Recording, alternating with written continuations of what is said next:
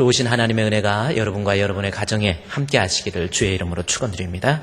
우리 옆에 계신 분한테 옆에 앉아주셔서 감사합니다. 한번 인사 한번 합시다. 옆에 앉아주셔서 감사합니다. 그래. 그래. 자, 오늘 하나님께서 우리에게 주시는 말씀은 지난주에 이어서 성령의 내주하심을 입은 참 증인이라고 하는 제목입니다. 증인은 증인인데 진짜 증인이라고 하는 거예요. 그 증인이 어떤 사람이 되어야 참 증인이 될 수 있는가라고 하는 겁니다. 그것은 성령께서 내주하실 때에 그 사람이 하나님 앞에 참 증인이 될 수 있다라는 겁니다. 자, 오늘 본문에 사도행전 1장 우리 8절 말씀해 보면 사도행전 1장 8절에 예루살렘과 온 유대와 사마리아와 땅끝까지 이르러서 내 증인이 되리라, 요 말씀이 있죠. 그래서 여기 증인이 되리라라고 하는 이 말씀을 통해서 내가 어떻게 하면 하나님 앞에 증인이 될 수 있을까라고 하는 겁니다. 그러면 여러분이 먼저 증인하면 선교, 전도 그것만 생각을 하는데 그렇지 않습니다. 지금 사도행전의 저자 누가가 이 증인이라고 하는 말 속에 내가 전도하고 선교하는 것 그것만 집어넣은 게 아니에요. 증인이라고 하는 원래의 말 뜻은 무슨 뜻이냐면 순교한다라는 뜻인데 그 뜻은 내가 어떠한 삶을 통해서 예수가 그리스도이심을 전하는 것, 이것이 바로 증인된 삶이라고 하는 거예요. 그러니까 언어를 통해서, 말을 통해서 전도하고 선교하는 것, 그것뿐만이 아니라 내 삶의 변화된 모습, 그러한 모습을 통해서 저 사람 보니까 정말 하나님 살아계시는 것 같아. 저 사람 보니까 정말 예수 믿고 싶어. 이런 마음이 들 수 있도록 그렇게 하는 사람, 그런 사람이 하나님 앞에 증인된 사람의 모습이라고 하는 겁니다. 여러분은 어떻습니까? 여러분은 살아가면서 내 삶을 통해서 예수가 증거되어지고 있습니까? 나 때문에 예수 믿고 싶어하는 사람이 생기겠습니까? 한번 생각해 보십시오. 그래서 우리는 우리 예수님께서 부활하시면서 제자들에게 마지막 하신 말씀이 증인이 되라, 그렇게 얘기하셨죠. 우리의 삶을 통해서 주의 영광을 드러낼 줄 아는 그러한 사람이 되라, 이렇게 명령하셨기 때문에 우리는 이 땅에 살면서 정말 나 때문에 예수 믿게 되는 역사, 나의 삶을 통해서, 내 모습을 통해서 예수 믿게 되는 역사가 일어나야 된다, 그 말씀이 있죠. 우리 삶의 전적인 영역에서 그리스도가 증거되어지는 그러한 선교적 장이라고 하는 것을 우리는 먼저 이해해야 된다라는 거죠. 어떤 사람이 카톡 있잖아요. 카카오톡. 이 카카오톡 메신저의 이 카톡의 그 사진, 그 프로필이라고, 사진이라, 카톡 사진 넣는 거 있죠? 그 뭐라고 그랬죠? 그래, 사진을 쭉 넣는데, 여러 가지 사진을 넣는데, 어떤 분이 부엌에서 설거지를 하는데, 그것을 아마 아이가 찍은 듯 해요. 아이가 찍어줬는데, 그 사진을 자기 프로필에 집어넣었어요.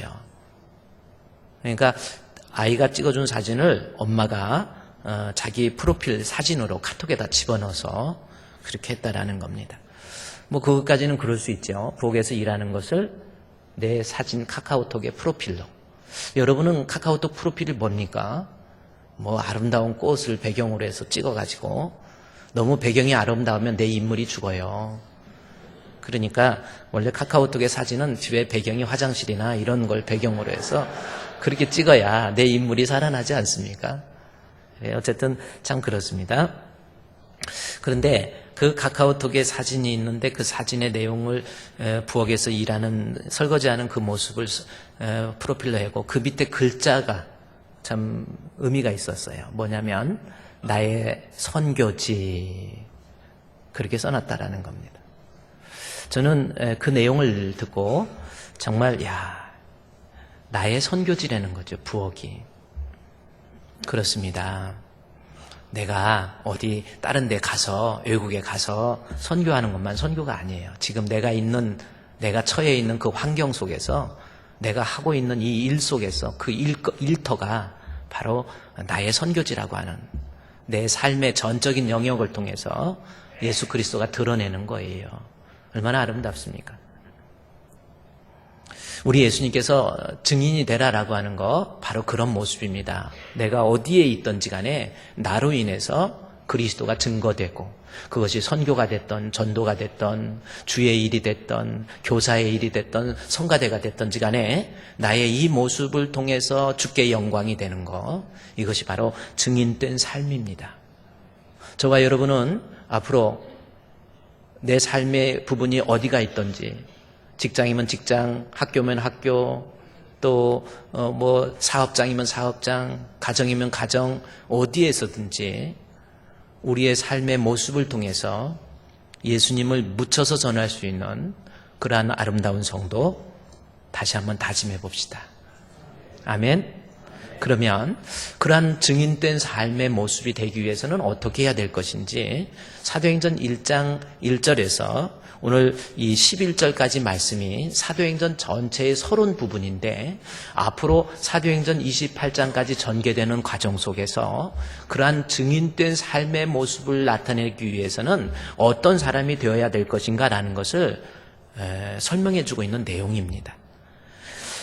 그래서 사도행전 1장 1절에서 11절까지는 사도행전 전체의 주제가 되는 거예요. 그러면 1장 8절에서 너도 증인이 될 수 있다 해서 조건절로 쓰고 있죠. 증인이 되어야 되는데 나도 증인이 될 수 있는 방법이 뭐냐는 겁니다.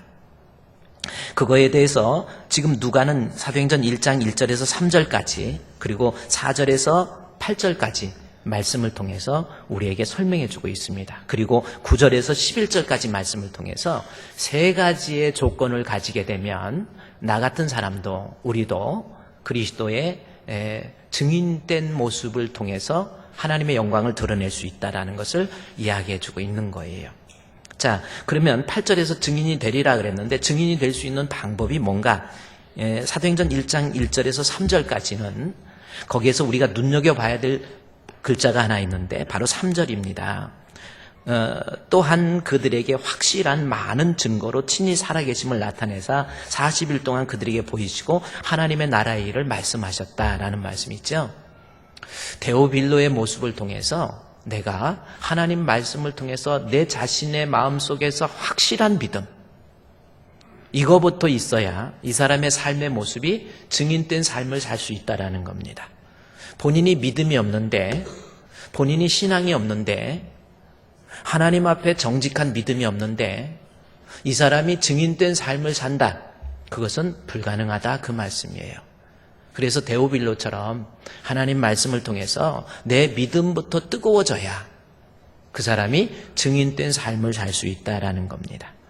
또 하나, 우리 4절부터 8절까지의 말씀을 통해서 나도 증인된 삶을 살기 위해서는, 여러분 성경을 보십시오. 4절에서 8절까지는 성령에 대한 이야기가 나옵니다. 바로 4절에서 8절까지는 내가 성령을 충만하게 받아야 나도 증인된 사람의 모습으로 삶을 살 수 있다라는 거예요. 그래서 1장 1절에서 3절까지는 믿음 충만, 1장 4절에서 8절까지는 성령 충만, 그 사람이 진정한 증인이 될 수 있다라는 거지요. 자, 그런데 성령 충만에 대해서, 성령 받음에 대해서 본문의 저자 누가는 4절에서 7절까지 말씀과 8절의 말씀을 나누어서 설명하고 있습니다. 4절에서 7절까지는 성령 충만의 첫 번째 의미가 뭐냐면, 내가 성령의 내주하심을 통해서 성령의 이끄심을 받을 줄 아는 사람, 성령께서 인도하시는 대로 성령 충만한 사람이 되어서 성령의 지혜를 따라서 살아가는 사람, 이 사람이 하나님 앞에 증인된 삶을 살 수 있다라는 겁니다. 그러니까 이것은 아주 중요한 거예요.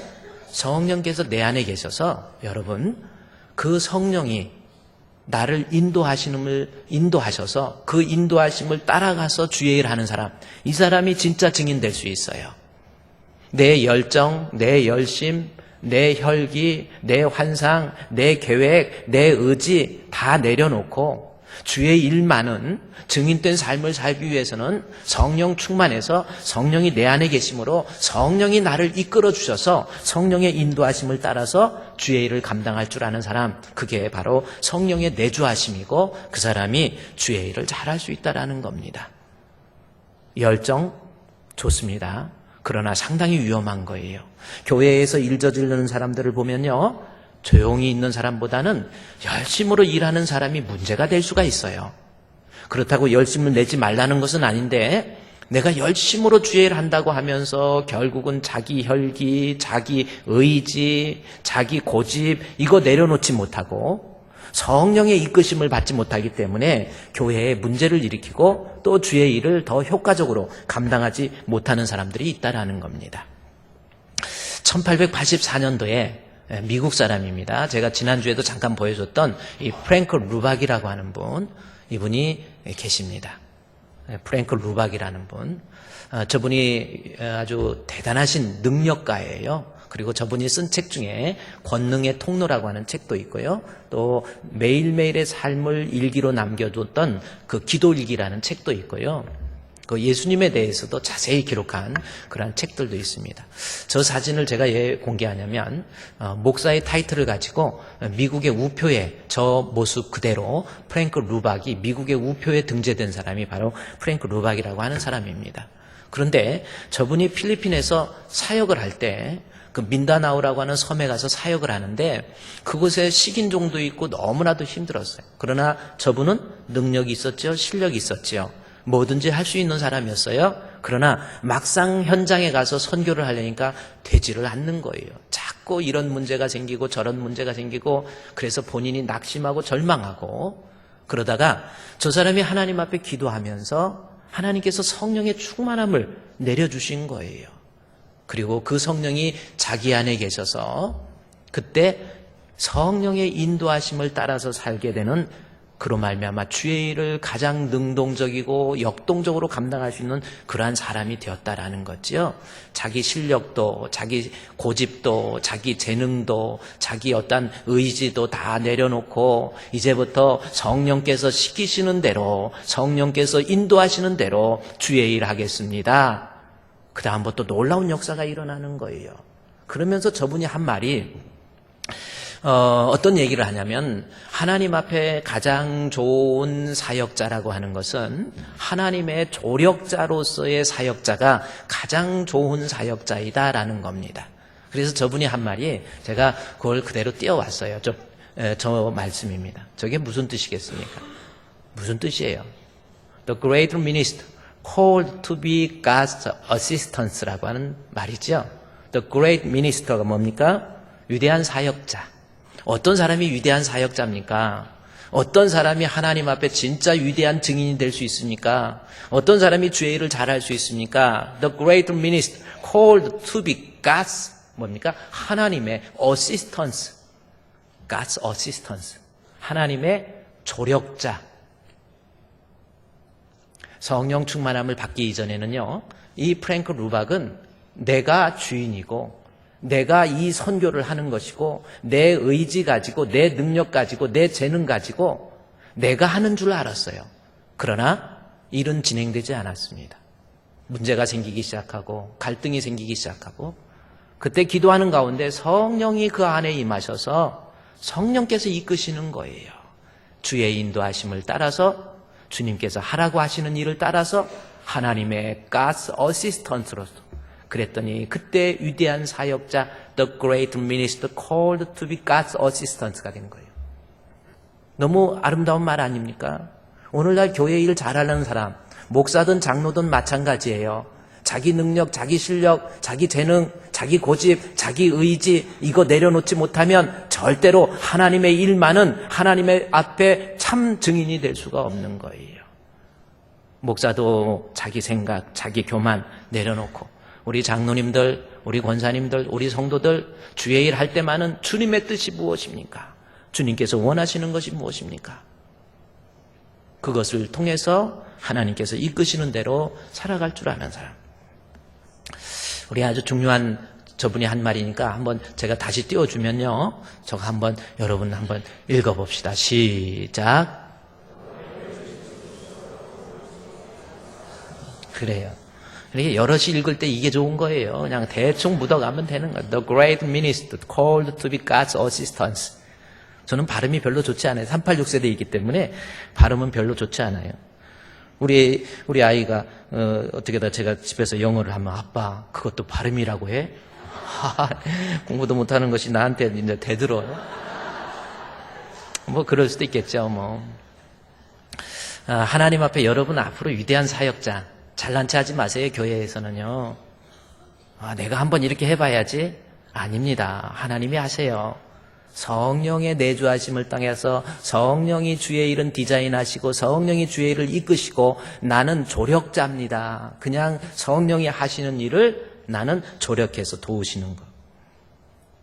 오늘 아까 우리 회중찬송 불렀던 회중찬송 여러분 아십니까? 가사를 앞으로요 우리 교회 회중찬송 부를 때 가사를 되씹으면서 그냥 목청껏 찬양 좀 하세요.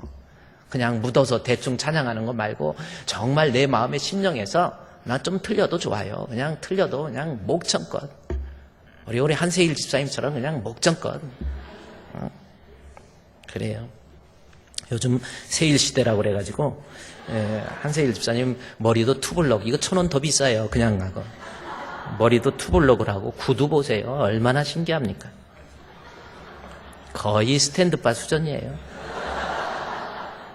찬양 막 힘있게 하잖아요. 그러니까 은혜 되잖아요.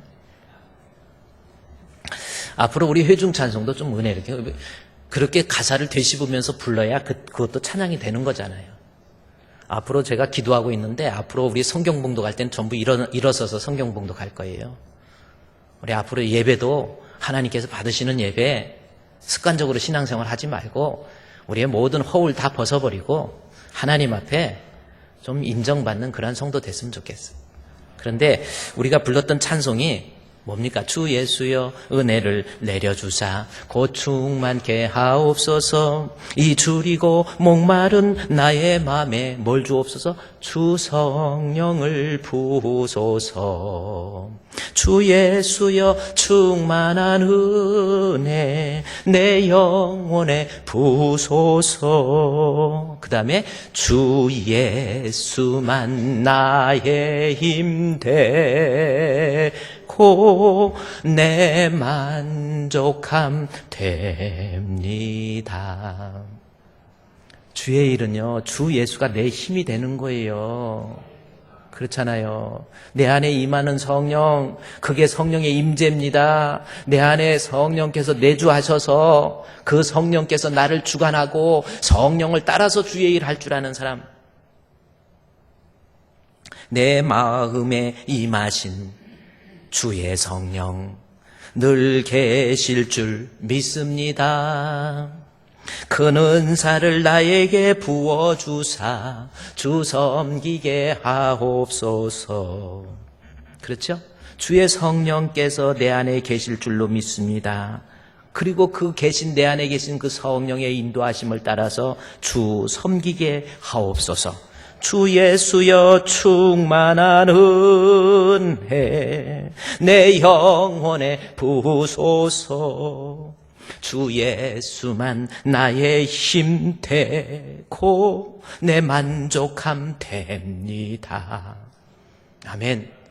지금 사도행전을 전개해 가면서 지금 이 누가는 앞으로 주의 일을 할 때 그것이 증인된 삶으로서 그것이 선교가 되고 전도가 되고 주의 일이든 봉사하는 거든 교사든 성가되든 그 어떤 일을 한다 할지라도 중요한 것 내 안에 먼저 하나님이 인정하는 정직한 믿음 그거 있어야 되고 두 번째 성령의 충만함. 성령의 충만함의 첫 번째가 뭡니까? 바로 성령이 내 안에 계셔서 나는 죽고 예수님 살고 주의 일은 나는 조력자이지 내가 주인이 아니에요.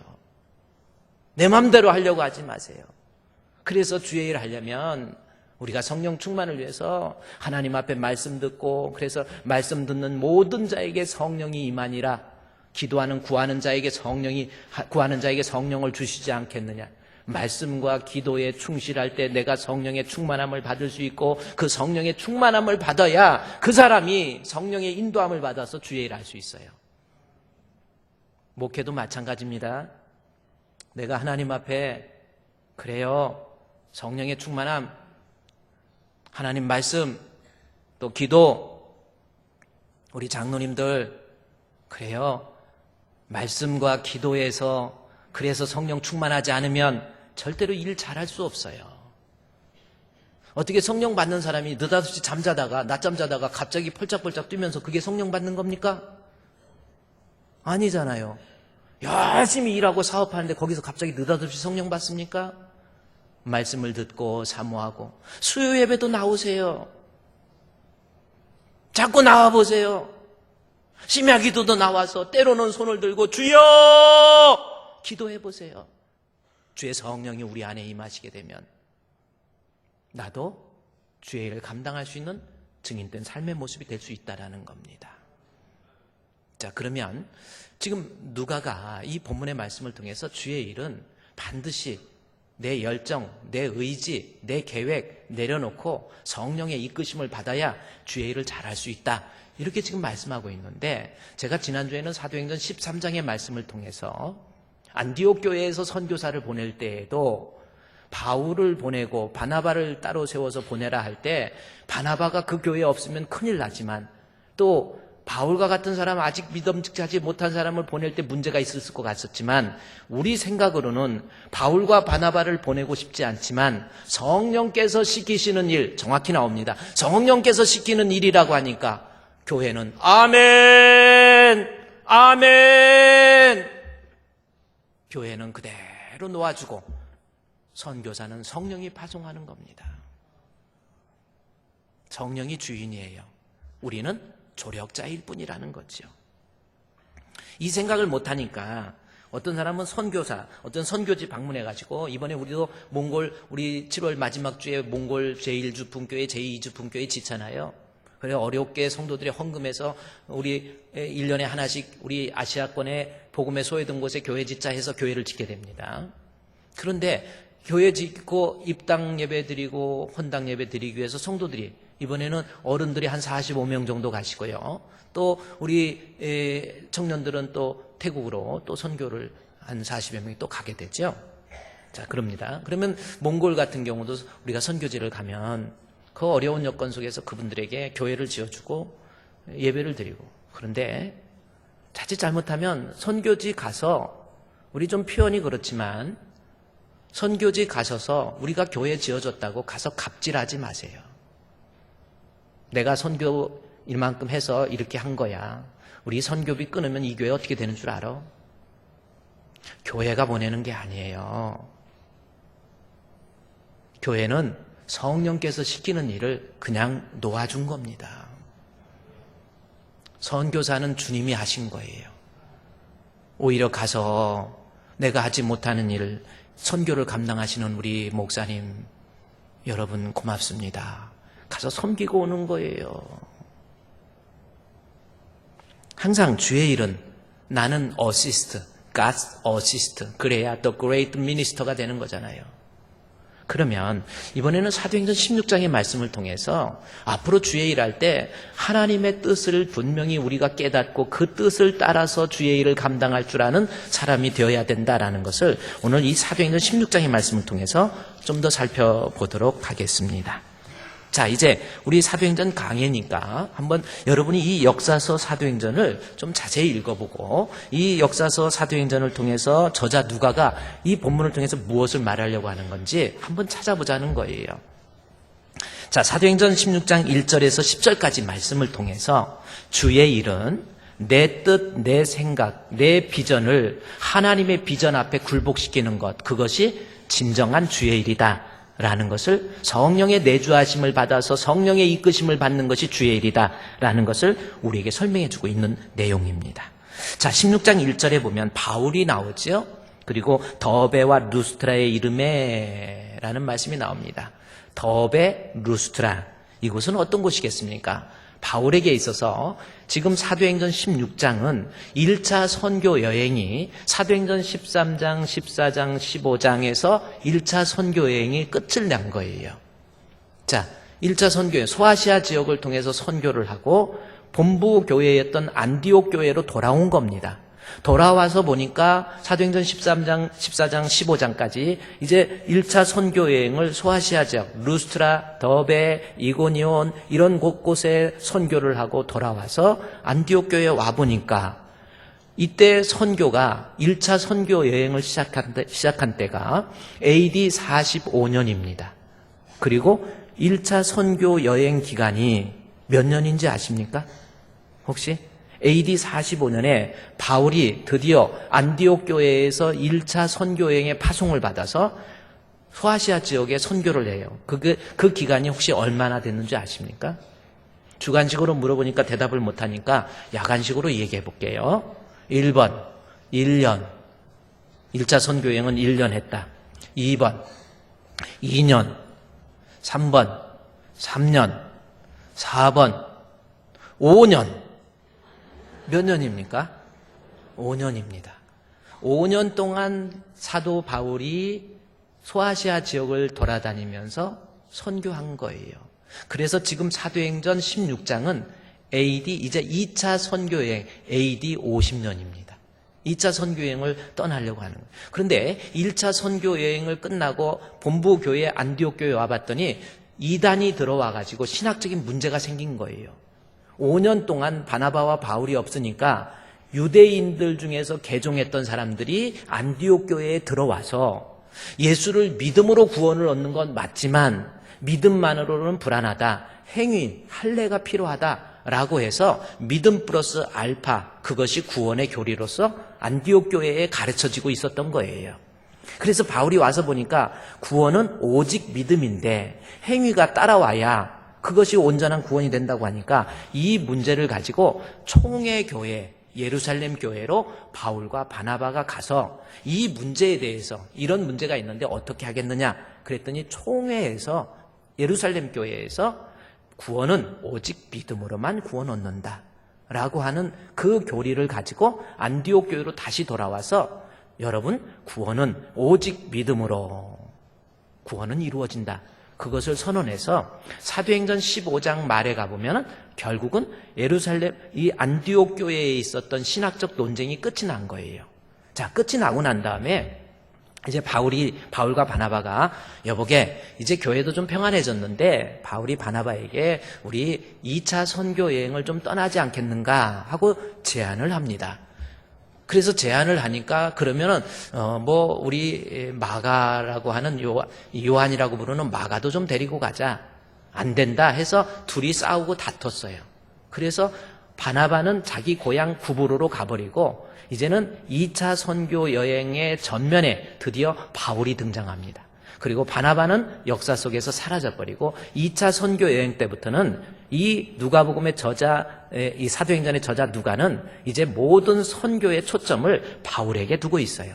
카메라의 초점은 이제 바울에게 집중되기 시작했어요. 자, 2차 선교 여행을 떠날 때 이제 바나바가 없으니까 하나님께서 여기 본문 사도행전 15장 40절 말씀해 보니까 바울은 30절에서 서로 심히 다퉜지요. 그래서 바나바는 마가를 데리고 원래 바울과 바나바가 같이 가야 되는데 바나바는 마가 데리고 자기 고향 구브로로 가버렸어요. 그리고 40절에 바울은 실라를 택한 후에 이제 실라를 데리고 선교를 시작합니다. 자, 2차 선교 여행의 내용을 보면 바울이 어떤 선교에 대한 계획을 가지고 있었는지를 본문 41절에서 설명해 주고 15장 41절에 수리아와 길르기아를 다니면서 교회를 견고하게 했다. 이 말씀이 나옵니다.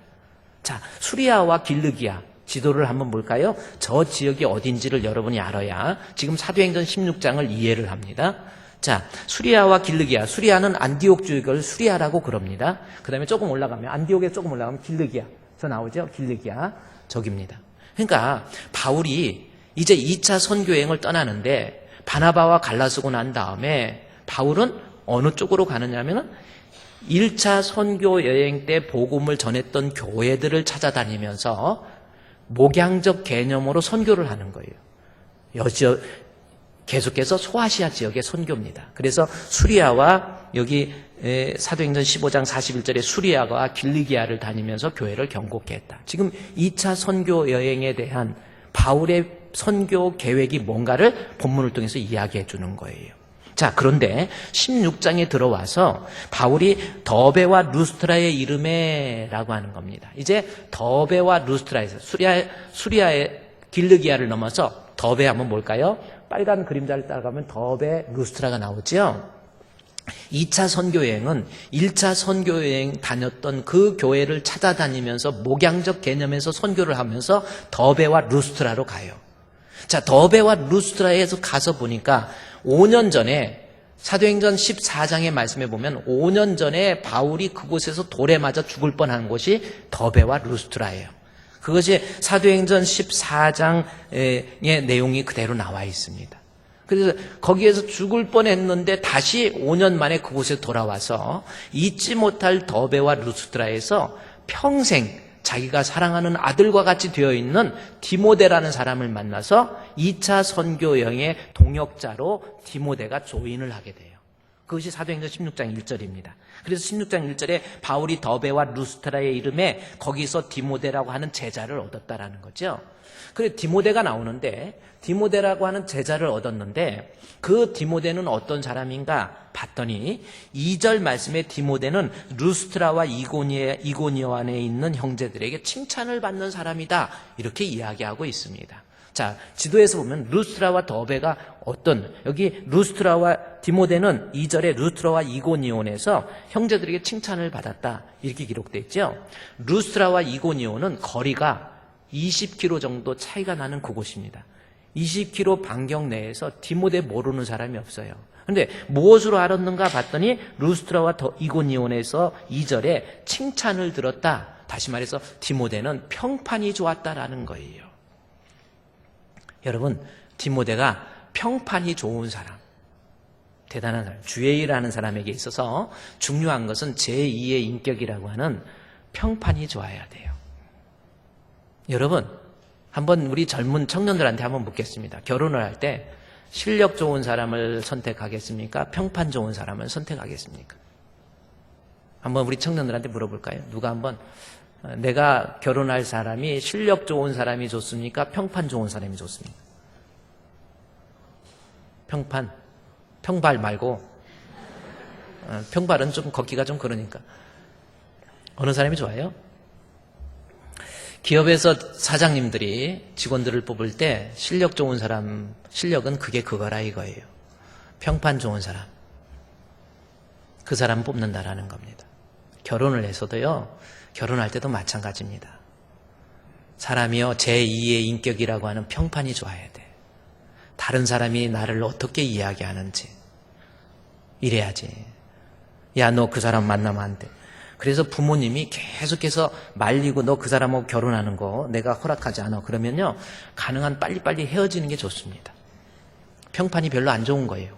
어떤 부모가 안 좋던 본인이 안 좋던 그런 내용들이 없지 않아 있다라는 겁니다. 못된 사람 만날 바야 혼자 사는 게 낫습니다. 두고두고 후회하고 그럴 바야 혼자 사는 게 좋습니다. 평판이 좋아야 돼요. 교회에서 성도들 평판이 좋아야 돼요. 목사님한테 그 사람 괜찮지요. 이래야지. 그 사람 안 됩니다. 디모데는요, 평판이 좋은 사람이에요.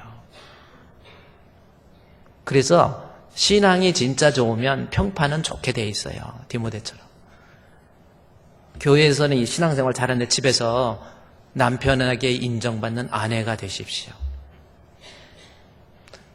교회에서는 신앙생활 하는데 집에 가서 아내를 구박하고 막 혈기 부리고, 그리고 교회 와가지고는 그냥 아내한테는 그렇게 돈 좀 쓰는 것도 아까워가지고 밥 한 끼 사주는 것도, 서울에서 부산까지 내려가면서 휴게소를 한 번도 안 들린대. 화장실 가고 싶어도 안 간대. 왜 그러니까 내리면 사달라고 그런다. 이미 사는 사람은 어쩔 수 없지만 한번 결혼하기 전에 한번 서울에서 부산까지 한번 내려가 봐요. 성격이 어떤 건지. 이거 정말 중요한 겁니다. 여러분 단체 카톡 같은 데 있죠? 거기에다가 엉뚱한 글 올리는 사람들이 있어요. 참, 저 사람은 이게 뭔가, 이 사람 좀 이상하다. 그 사람 조심해야 돼요. 특히 교회 일할 때 SNS, 여러분 거기에다가 엉뚱한 거 올리지 마세요. 그 사람 별로 평판이 좋지 않습니다. 디모데는 여기 루스트라와 이고니온 20km 반경 내에서 평판이 좋은 사람. 본문에서 그렇게 이야기하고 있죠. 그런데 이 사도행전 16장 1절과 2절을 통해서 누가가 디모데의 프로필과 성격을 조금 그림으로 그려놓으면서 아주 중요한 이야기를 하고 있습니다. 그것이 뭐냐면 16장 1절 말씀을 여러분이 성경을 보십시오.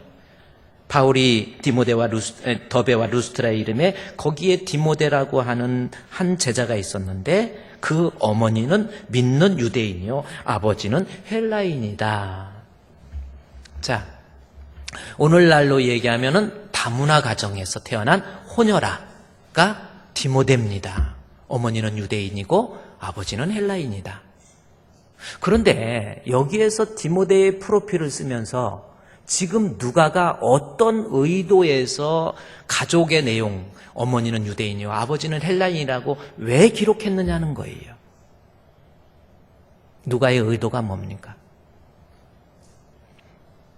왜 디모데가 효녀라고 하는 것을, 즉 아버지가 헬라인이라는 것은 지금 디모데가 로마 시민권을 가지고 있는 이중 국적자, 이중 국적이 나쁘다는 게 아니에요. 유대인이기도 하면서 로마의 시민권을 가지고 있고 로마어가 가능한 사람이다라는 것을 말해주기 위해서 지금 디모데는 어머니로부터 신앙교육을 받아서 신앙도 훌륭하지만은 이 사람은 국적이 로마인으로서 로마의 시민권을 가지고 있고 이 사람은 로마어가 가능하다. 그런데 하나님께서 바울에게 이 디모데를 붙여준 이유가 뭐냐는 거예요.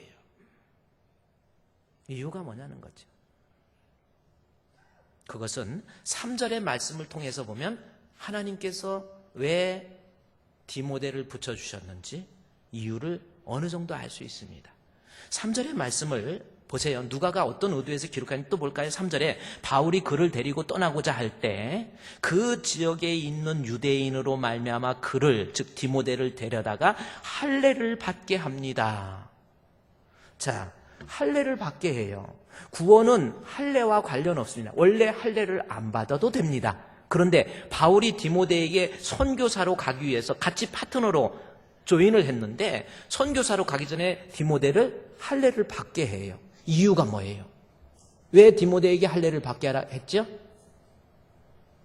생각을 해보세요. 바울이 왜 디모데에게 할례를 받게 했어요? 이유가 나와죠. 앞에 나와 있잖아. 이유가 뭐였어요? 바울이 그를 데리고 떠나고자 할 때 그 지역에 있는 무엇으로 말미암아? 유대인으로 말미암아 그를 데려다가 할례를 행하니 이는 그 사람들이 그의 아버지가 헬라인인 줄 알았다요. 그러니까 바울이 디모데에게 할례를 행했던 이유는 뭐냐면 바울이 유대인을 선교하기 위해서 유대인으로 인해서 유대인으로 말미암아 그렇게 기록되어 있죠. 유대인에게 복음을 전하기 위해서 디모데를 선교사로 같이 활용하는데 유대인들을 위해서 할례가 필요했던 거예요. 그래서 할례를 행하게 했다라는 겁니다.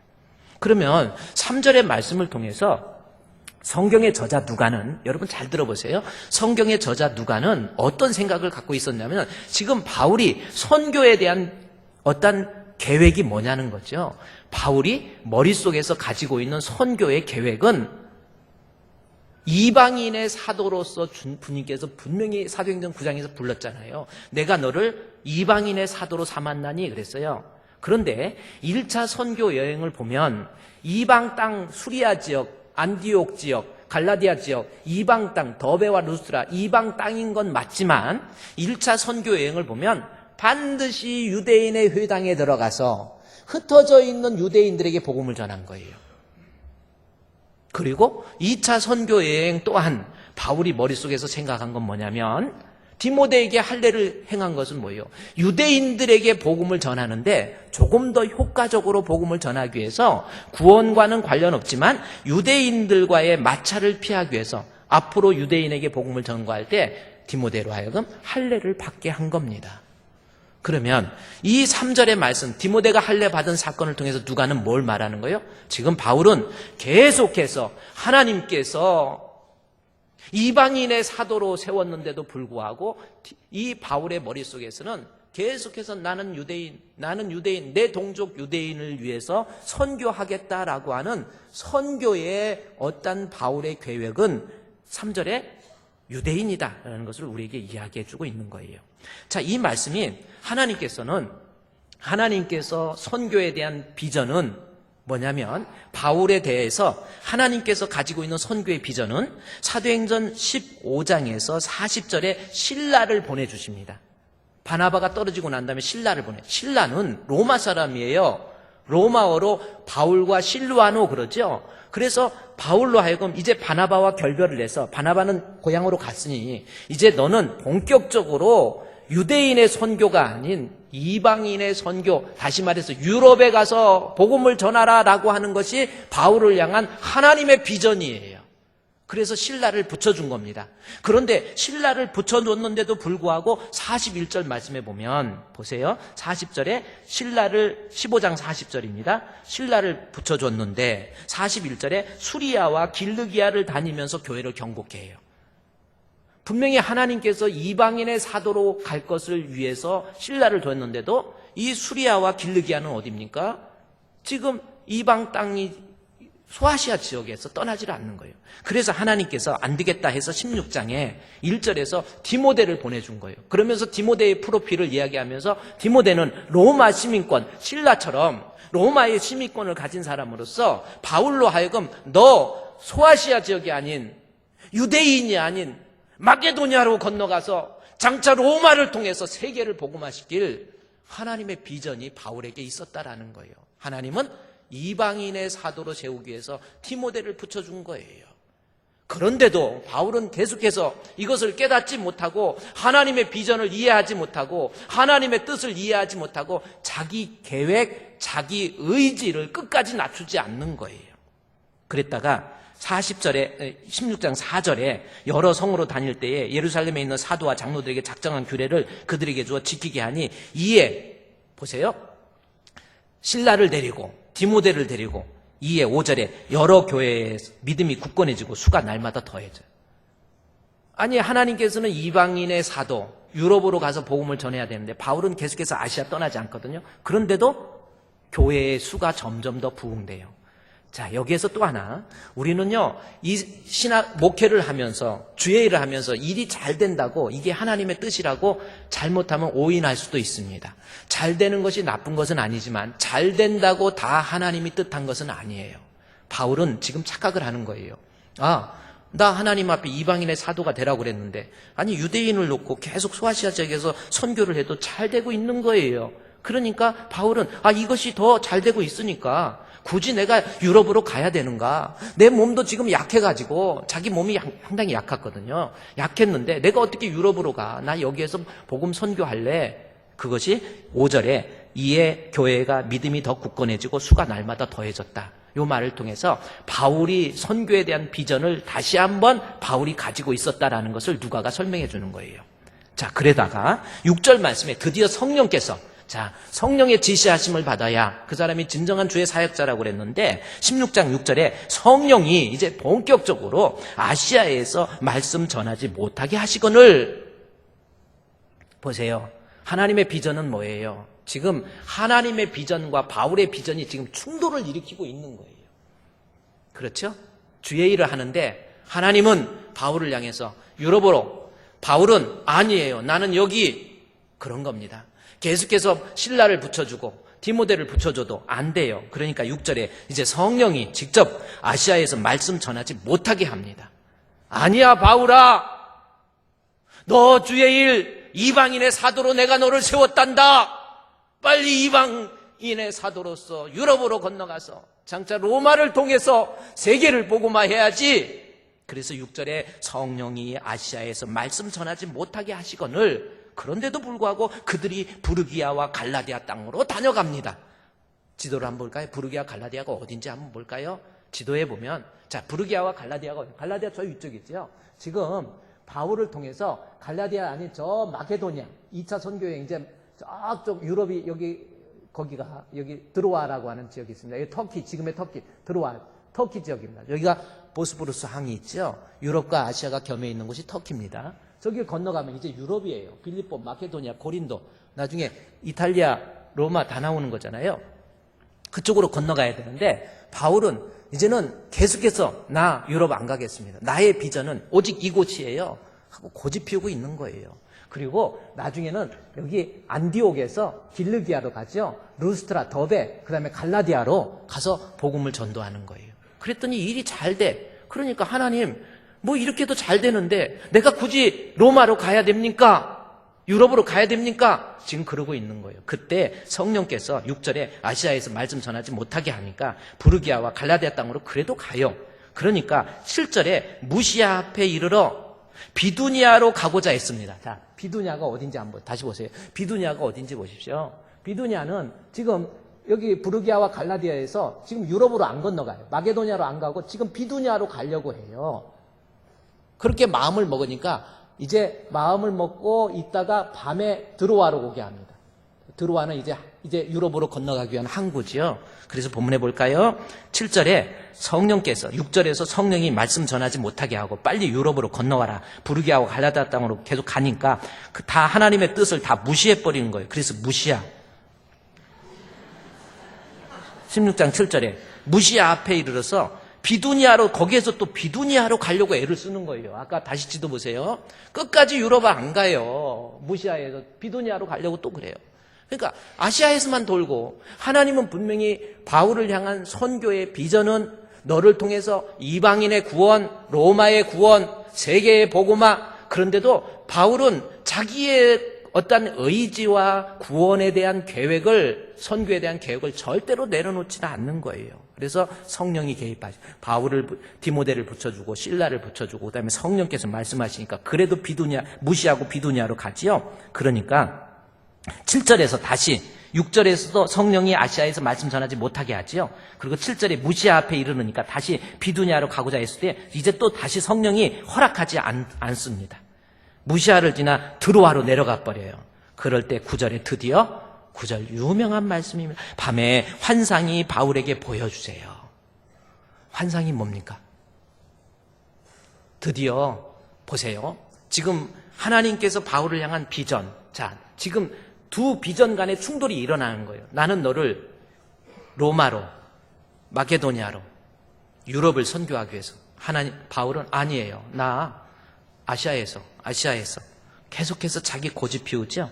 성령을 보내고 말을 해도 안 들어요. 그러다가 9절에 보십시오. 16장 9절. 밤에 환상이 바울에게 보이니 라는 겁니다. 자, 환상이 뭐냐 하는 거죠. 여러분, 환상이 뭡니까?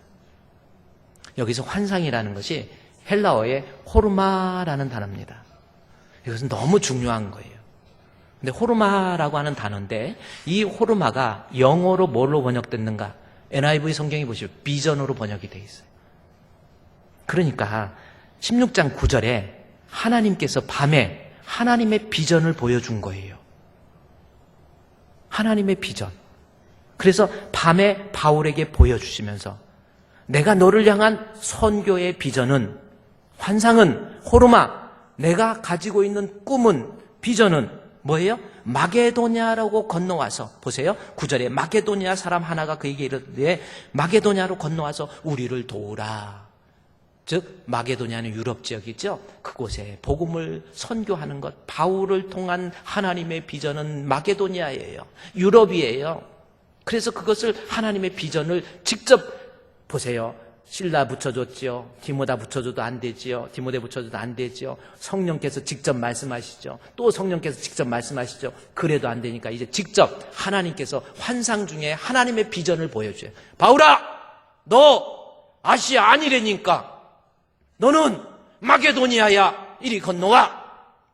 밤에 엄청난 충격이 바울에게 임한 거예요. 그럴 때 10절에 바울이 그 환상을 보았을 때에 우리가 곧 어디로 떠납니까? 드디어 바울이 자기 뜻, 자기 의지, 자기 생각, 자기 고집, 하나님의 비전 앞에 내 비전을 무너뜨리는 것, 이것이 주의 일이에요.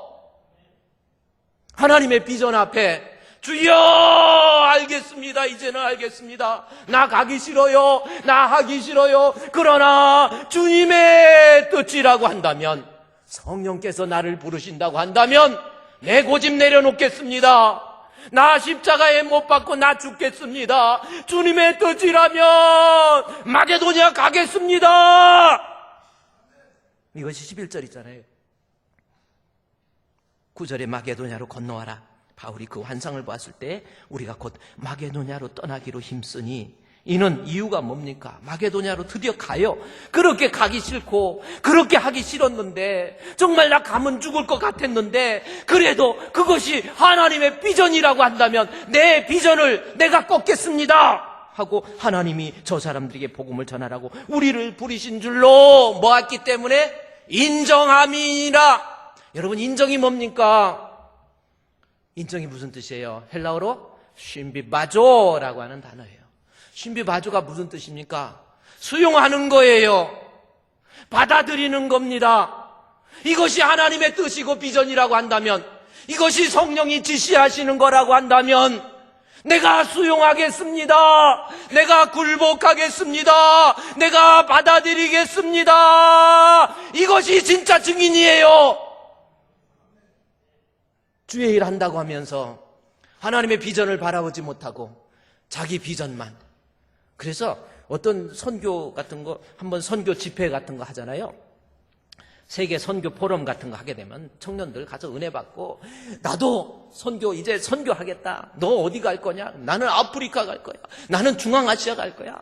나는 일본 갈 거야. 나는 동남아시아 갈 거야. 자기들의 비전이 다양합니다. 그러나 그 비전이 과연 하나님의 비전 앞에, 내가 그 하나님과의 비전 앞에서의 끝없는 경론톡에서 내 자신의 비전이 무너지고 철저히 짓밟혀지고 하나님의 비전에 내가 동의되어진 비전인지, 그거부터 생각하십시오. 앞으로 우리 주의 일 마찬가지예요. 내가 뭐 하고 싶다고 하고 내가 기분 좋다고 하고, 아니에요. 하나님의 비전이 무엇인지, 주님의 뜻은 무엇인지, 주여 나는 주님의 뜻에 따르겠습니다. 진흙과 같은 날 빚으사 주님의 형상 만드소서. 주님의 뜻을 이루소서. 고요한 중에 기다리니 진흙과 같은 날 빚으사 주님의 형상 만드소서. 진짜 참 증인은 내주하시는 성령의 지시를 받아야 돼요. 뭔 기도를 제대로 합니까? 말씀을 제대로 들었습니까? 성령 충만하게 받지 못하니까 아직도 바닥바닥 자기 의견이 살아있는 거예요.